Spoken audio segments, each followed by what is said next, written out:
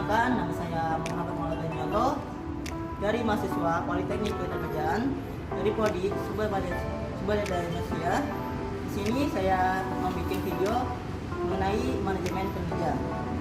Manajemen kinerja adalah proses sistematis untuk mengolah kinerja karyawan secara efektif dalam mencapai misi dan tujuan organisasi dan tujuan untuk memastikan sasaran kegiatan telah dilaksanakan dengan baik. Di sini saya menjelaskan manfaat manajemen kinerja. Yang pertama bagi organisasi, yang kedua bagi manajer, yang ketiga bagi individu. Adapun di sini ada manfaat manajemen kinerja bagi organisasi. Yang pertama, menyesuaikan tujuan organisasi dengan tujuan tim dan individu. Yang kedua, perbaikan kinerja dan motivasi pekerja. Keempat, peningkatan komitmen. Yang kelima, pendukung nilai inti. Yang keenam, perbaikan proses pelatihan dan perkembangan. 7, meningkatkan dasar keterampilan.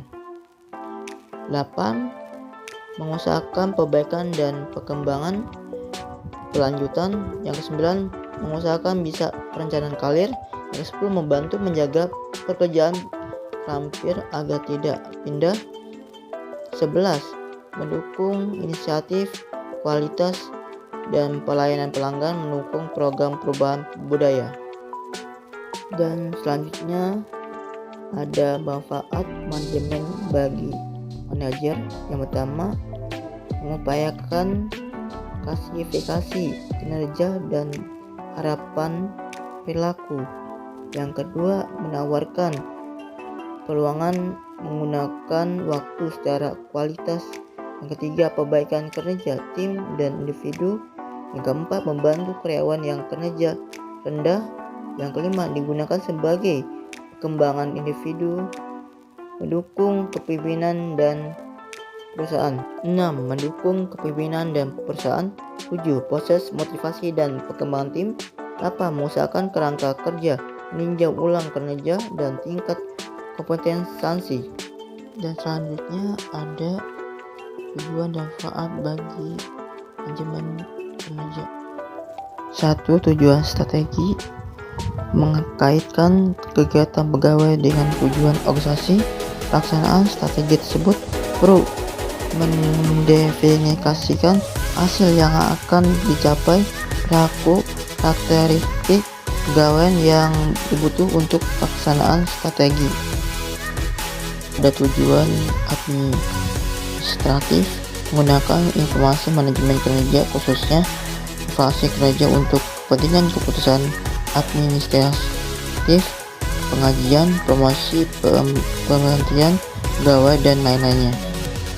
Ketiga, ada tujuan perkembangan, dapat mengembangkan kapasitas pegawai yang berhasil di bidang kerjanya, memberi training bagi yang berkinerja yang tidak baik atau pendapatan yang lebih cocok. Keempat, ada tujuan khusus manajemen kinerja, memperoleh peningkat kinerja sustainable, meningkatkan motivasi dan komitmen karyawan, kemungkinan individu untuk pengembangan kemampuan, meningkatkan kepuasan kerja dan mencapai potensi pribadi yang manfaat bagi individu dan organisasi. Ini adapun 6 tahap manajemen kinerja. Yang pertama ada perencanaan kinerja, pelaksanaan kinerja, pemantauan pembinaan kinerja, penilaian kinerja, tindak lanjut dan sistem informasi. Yang pertama ada perencanaan kinerja.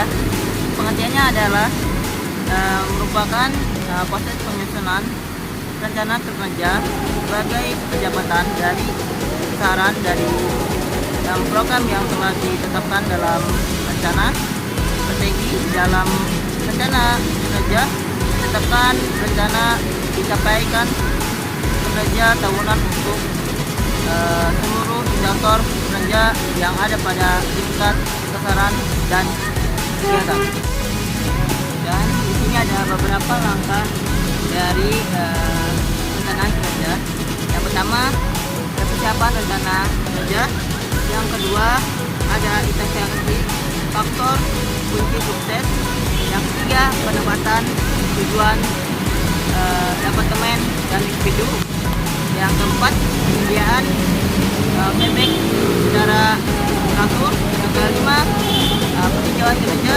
Yang keenam perencanaan aktivitas. Dan selanjutnya yang kedua adalah pelaksanaan kinerja. Ini ada pengertian dari pelaksanaan kinerja. Proses pengumpulan, analisis, dan atau pelaporan informasi mengenai kinerja dari seorang individu, grup, organisasi, sistem atau komponen. Dalam proses ini, organisasi menetapkan parameter hasil untuk dicapai oleh program investasi dan evaluasi yang dilakukan. Dan selanjutnya yang ketiga ada pemantauan dan pembinaan kinerja.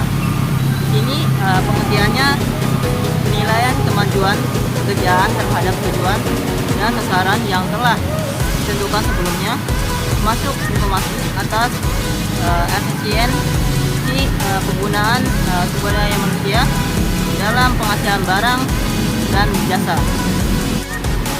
Dan selanjutnya yang keempat ada penilaian kinerja. Ada pengertiannya.